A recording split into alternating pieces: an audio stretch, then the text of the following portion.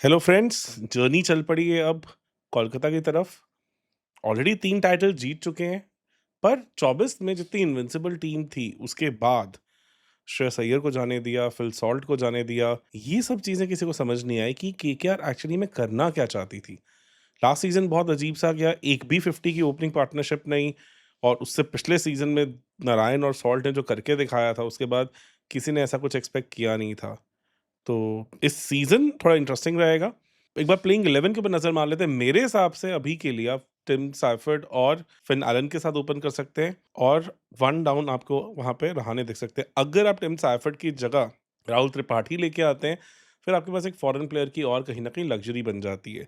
Number 4 पे अंग्रीश रघुवंशी अभी practice match में 100 भी आया है, बहुत तगड़ा 100, तो उसके चलते मुझे लगता है यंग प्लेयर आप बैक करेंगे। 5 पे आप कैमरन ग्रीन को ले आएँगे क्योंकि आप चाहेंगे कि वो कहीं न कहीं आंद्रे रसल की कमी को भी पूरा करने की कोशिश करे। 6 पे Rinku Singh, you would want him to come when the spinners are out of equation. Spin game उनकी थोड़ी-सी प्रॉब्लम है, पेस पे उनका कोई जवाब नहीं है। उसके बाद नंबर 7 पे रमनदीप, नंबर 8 पे वहाँ पे आपको फिर से नारायण मिलेंगे। 9 पे आप नारायण के आगे चल सकते हैं, वहाँ पे वैभव अरोड़ा। 10 पे आपके पास वरुण चक्रवर्ती हो गए और 11 पे आपके पास वहाँ पे ऑप्शन बन जाता है फिर उमरान मलिक का भी, क्योंकि पेसर्स में आपके पास उमरान मलिक है, वहाँ पे इवन कार्तिक त्यागी भी हैं और एक अभी विदर्भा से सौरभ दुबे भी आए हैं और उन्होंने आते ही प्रैक्टिस मैच में फिलहाल को भी आउट किया है। क्या वो सरप्राइज एलिमेंट हो सकते हैं, ये देखने लायक होगा। इसके बाद इम्पैक्ट प्लेयर कौन हो सकते हैं? आपने अभी तक कैमरन ग्रीन, सुनील नारायण और अगर टिम सैफर्ड नहीं है तो फिन एलन, 3 ही फॉरेन प्लेयर्स यूज़ किए, तो फिर आप ब्लेसिंग मुज़िब्रानी को लेके आएँ क्योंकि 7 टू 9 मीटर लेंथ इस ग्राउंड पे बहुत बढ़िया चलती है। अगर हम ईडन गार्डन की बात करें, वहाँ पे पावर प्ले में अगर आप back of the length balls रखते हैं तो वो काम करती है यहाँ पे, या फिर आप फुलर बॉल करें 2 से 4 मीटर में, अगर आपके पास स्विंग है जैसे कि वैभव अरोड़ा करते हैं और लेफ्टीज के अगेंस्ट उनका रिकॉर्ड मतलब अनइमेजिनेबल है, बहुत ही बढ़िया है। और ये कहानी है, नो डाउट हर्षद राणा वहाँ पे मिसिंग हो गए, वो बहुत बड़ा मिसिंग व्हील इन द कॉग है। लोअर ऑर्डर बैटिंग से रन्स और पावर प्ले के अंदर गेंदबाजी, मिडल ओवर्स में उनके पास कटर सब कुछ है, पर उसका अब ज़्यादा कुछ है नहीं। अनुकुल रॉय भी हैं जो एज़ एन इम्पैक्ट प्लेयर आ सकते हैं, वो भी आपके पास एक ऑप्शन है। और जिस तरह से उन्होंने इस मैच में बैटिंग की थी, वहाँ पे झारखंड के लिए, तो ऑप्शन तो बहुत तगड़े हैं, वो इसमें कोई डाउट ही नहीं है। और प्लस आपके पास एक लेफ्ट आर्म स्पिनर की ऑप्शन आती है जिसके पास एक अच्छा आर्म बॉल भी है। तो इन सबको इनफैक्ट लास्ट सीज़न में हमने देखा था कि मैचअप की बात हो रही थी, तो तब भी उन्होंने लेफ्टीज़ के अगेंस्ट भी अच्छी बॉल की थी। इन सबको ध्यान में रखें तो फेज़ वाइज़ हम इनसे क्या एक्सपेक्ट कर सकते हैं? अभी अगर हम देखें पावर प्ले की बैटिंग में, अगर तो टिम साइफर्ट और फिन एलन बैट करते हैं, फिर मैं इनको सॉलिड 9 दे सकता हूँ, क्योंकि मुझे लगता है ईडन गार्डन पे इनके जलवे हम ऑलरेडी देख चुके हैं साउथ अफ्रीका अगेंस्ट, और दोनों ने वर्ल्ड कप में बहुत तबाही मचाई थी। ऐसे में अगर टिम साइफर्ट नहीं खेलते हैं तो फिर अंग्रीश रघुवंशी मुझे लगता है कीपिंग करते हुए देखेंगे, डोमेस्टिक में कीपिंग की है। फिन एलन कर सकते हैं, बट जनरली वो प्रेफर नहीं करते कीपिंग करना, तो वो एक और एडवांटेज हो जाता है, थोड़ा-सा और फ्लेक्सिबिलिटी मिल जाती है इस केकेआर की बैटिंग लाइनअप को। मिडल ओवर्स मुझे अभी भी समझ नहीं आ रहा। अजिंक्य रहाणे पेस के बहुत अच्छे बैटर हैं, स्पिन के अगेंस्ट वो एक्चुअली में स्ट्रगल करते हैं। कैमरन ग्रीन ने अभी बहुत अच्छी 50 मारी प्रैक्टिस मैचेस में, पर आईपीएल में 25 करोड़ से ऊपर का जब एक प्राइस जाता है, उसका प्रेशर आपको बहुत नीचे धकेल सकता है, तो वो देखने लायक होगा। रिंकू सिंह अगर जल्दी एंट्री होती है, स्पिन को हैंडल कर पाएँगे, नहीं कर पाएँगे, वो बहुत इंटरेस्टिंग है, बिकॉज़ आईपीएल में अदरवाइज़ स्पिन के अगेंस्ट 100 के आसपास की स्ट्राइक रेट है, जो इतना इम्प्रेसिव नहीं है। इन सबको मानते हुए मैं मिडल ओवर अभी भी समझ नहीं पा रहा हूँ क्या होगा, तो मैंने अभी सिर्फ 7 दिए। डेप्थ बैटिंग की अगर बात करें, वहाँ मुझे लगता है शायद अभी भी कुछ फायर पावर है। रमनदीप ने उतना कभी कुछ करके नहीं दिखाया, पर आपके पास नारायण है, अगर रिंकू पेस के अगेंस्ट आ जाते हैं, वो बढ़िया कर सकते हैं, तो स्टिल आई कैन गिव 8। तो 9 प्लस 7 प्लस 8, 24 बैटिंग के मिल जाते हैं इन्हें। बॉलिंग पे अगर चलें तो वो थोड़ा इंटरेस्टिंग है। पावर प्ले में अगर आपके पास मज़रबानी है, वैभव अरोड़ा हैं, ब्रिलियंट ऑप्शंस हैं। एक आधा ओवर आप कैमरन ग्रीन से कराएँ, फिर आपकी स्पिन आके रेगुलरली बॉल करना शुरू कर देती है। तो वहाँ मैंने इनको सॉलिड 8 दिए हैं अभी के लिए, क्योंकि हमें पता नहीं है कि मुज़रबानी खेलेंगे, नहीं खेलेंगे और किस तरह से आईपीएल के प्रेशर को हैंडल कर पाते हैं। Middle overs 10 on 10, no doubt Varun Chakravarthy की करंट फॉर्म अच्छी नहीं है, पर ईडन गार्डन में अगर आप 7 टू मतलब अगर आप स्पिनर और 5 टू 7 मीटर लेंथ के बीच में बॉल करते हैं, फास्ट स्पिन करते हैं, डिफेंसिव बॉलिंग करते हैं, तो यहाँ मारना बहुत मुश्किल हो जाता है। मुझे लगता है अगर वरुण चक्रवर्ती अपने पुराने टेम्पलेट पे जाते हैं, ही कैन बी डेडली, और नारायण तो हमेशा के लिए आपके पास एक बैंक है।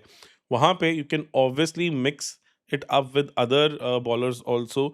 तो मुझे लगता है ये फेज़ एक ऐसा है जो कहीं न कहीं कोलकाता की जान रही है, उनका सबसे स्ट्रॉन्ग स्ट्रैटेजिक पॉइंट रहा है, तो मैं अभी भी उनको वहाँ पे 10 दूँगा।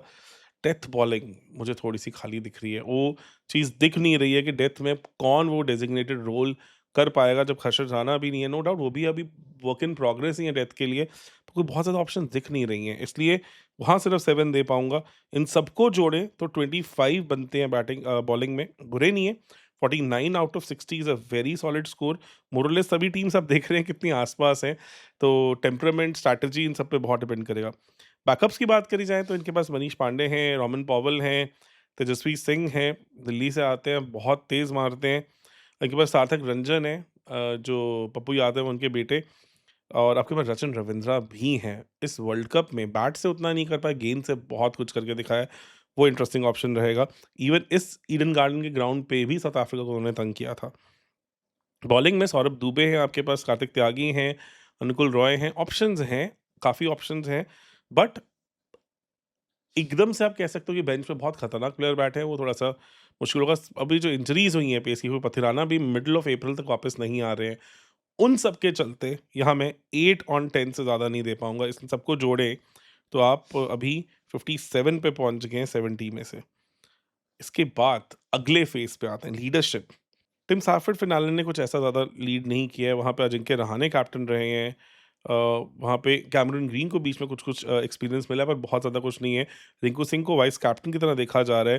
सुनील नारायण हैं, जो बहुत सालों से खेल रहे हैं, वो बहुत ज़्यादा ऑप्शंस हैं नहीं। मैक्सिमम 3 से 4 प्लेयर इनके कोर में मैं देख पाऊँगा, जो यहाँ पे लीडरशिप रोल्स ले सकते हैं।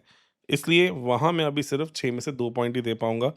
इसके बाद ओनर्स का आधा पॉइंट काटना पड़ेगा, जिस तरह से उन्होंने अपने टॉप प्लेयर्स को जाने दिया, और इवन कोचिंग स्टाफ पूरा नया आया है। अब कोई हेड कोच चेंज हुए हैं, वहाँ पे अभिषेक नायर बने हैं, शेन वॉटसन को भी रोपन किया है, ब्रावो तो already part of the things थे। इस न्यू मैनेजमेंट ने वैसा नहीं करके दिखाया कि 24 में गौतम गंभीर थे at the helm of things, वहाँ पे चंद्रगढ़ पंडित थे, वो सब अब नहीं है, तो इसलिए मैं 1.5 ही दे पाऊँगा। तो 2 प्लस 1.5 प्लस 1.5 टोटल यहाँ पे इनके 5 पॉइंट बन जाते हैं। लीडरशिप एक ऐसी चीज़ है, इसमें आई थिंक मुझे लगता है थोड़ा काम करने की ज़रूरत है। नो डाउट रहाणे हैं, बट क्या आईपीएल में उनके पास ऐसे क्रेडेंशियल्स हैं, वो थोड़ा-सा देखने लायक होगा। होम ग्राउंड मुझे लगता है, अगर ये पावर प्ले में फुलर बॉल्स वैभव के साथ और थोड़ी back of the length balls Muzarabani के साथ चलाते हैं, और मिडल ओवर्स में आके इनके स्पिन पूरा गेम को कंट्रोल कर लेता है 5 टू 7 मीटर लेंथ के बीच में, they can actually make the best use of the home ground. Black soil wicket है, बाउंस अच्छा होता है यहाँ पे। लास्ट सीज़न जहाँ सनराइज़र्स के साथ मैच था, थोड़ी ड्राई विकेट दी थी और स्पिन के साथ उन्हें काफ़ी तंग किया था, जबकि उनकी अर्ली विकेट्स पावर प्ले में भी काफ़ी गिर गई थी, पर वो काफ़ी सही इनके लिए काम किया था। तो वो सब चीज़ों को गिनते हुए मुझे लगता है they can still use the home ground well, तो गुड 8 ऑन 10 वहाँ पे मिल जाते हैं। सबको जोड़ लें तो अभी तक 70 बन गए 90 में से। यूज़ ऑफ इम्पैक्ट प्लेयर और स्ट्रैटेजी के बारे में क्या कहेंगे? ओवरहॉलिंग हुई है टीम की। आपने एंड्रे रसल को जाने दिया, उससे पहले आप श्रेयस अय्यर को जाने दिया, आपने सॉल्ट को जाने दिया। पिछले सीज़न दिखा कि वो क्लैरिटी ही नहीं थी कि आप करना क्या चाहते हैं इस टीम से, जो 2024 में इतनी इनविंसिबली जीती। मिचेल स्टार्क को भी फॉर दैट मैटर जाने दिया। उनको इतना ओवरऑल करने की ज़रूरत नहीं थी। वहाँ पे आप अपने कुछ की प्लेयर्स रोक सकते थे। उन सबको साथ बना लें, जोड़ लें, तो मैं स्ट्रैटेजी में सब में 7 से ज़्यादा पॉइंट नहीं दे पाऊँगा, क्योंकि मुझे लगता है वो एक ऐसी चीज़ है, जहाँ पे इस फ्रेंचाइज़ी ने अपने पूरे टैलेंट को जस्टिफाई नहीं किया। स्काउटिंग में one of the best franchise है, कितने सारे बड़े क्रिकेटर्स उन्होंने इंडियन क्रिकेट को दिए हैं, पर वो क्रिकेटर्स ने कई-कई बार यहाँ से बाहर जाके ज़्यादा नाम कमाया है।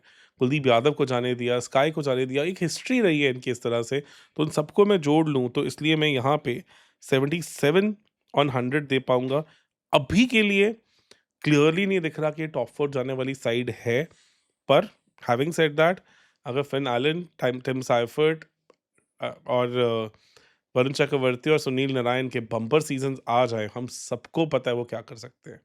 एक नई डायरेक्शन में इस फ्रेंचाइज़ी ने कदम रखा है, 12-13 साल से जो कर रहे थे उससे हटने की कोशिश की है, तो थोड़ा देखते हैं किस तरह से चीज़ें चलेंगी। हाँ, क्या उतनी कॉन्फिडेंटली आप इन्हें कह सकते हैं कि टॉप 4 है, वो मुझे थोड़ा-सा डाउट लगता है। ऑब्वियसली फैन्स का इसको लेके कुछ और मानना होगा, काफ़ी गालियाँ भी पड़ेंगी, बहुत सारे और इनपुट्स भी आएँगे, तो कमेंट सेक्शन में पक्का से बताएँ आपके हिसाब से क्या चीज़ें हैं, क्या फैक्टर्स हैं जो मैंने मिस किए हैं, और लेट्स होप कि यहाँ पे चीज़ें इस बार फिर से कोलकाता के लिए थोड़ी-सी बदलें। तो बने रहें चैनल के साथ इसी तरह से, हो सके तो वीडियो को पक्का से हाइप करें। धन्यवाद।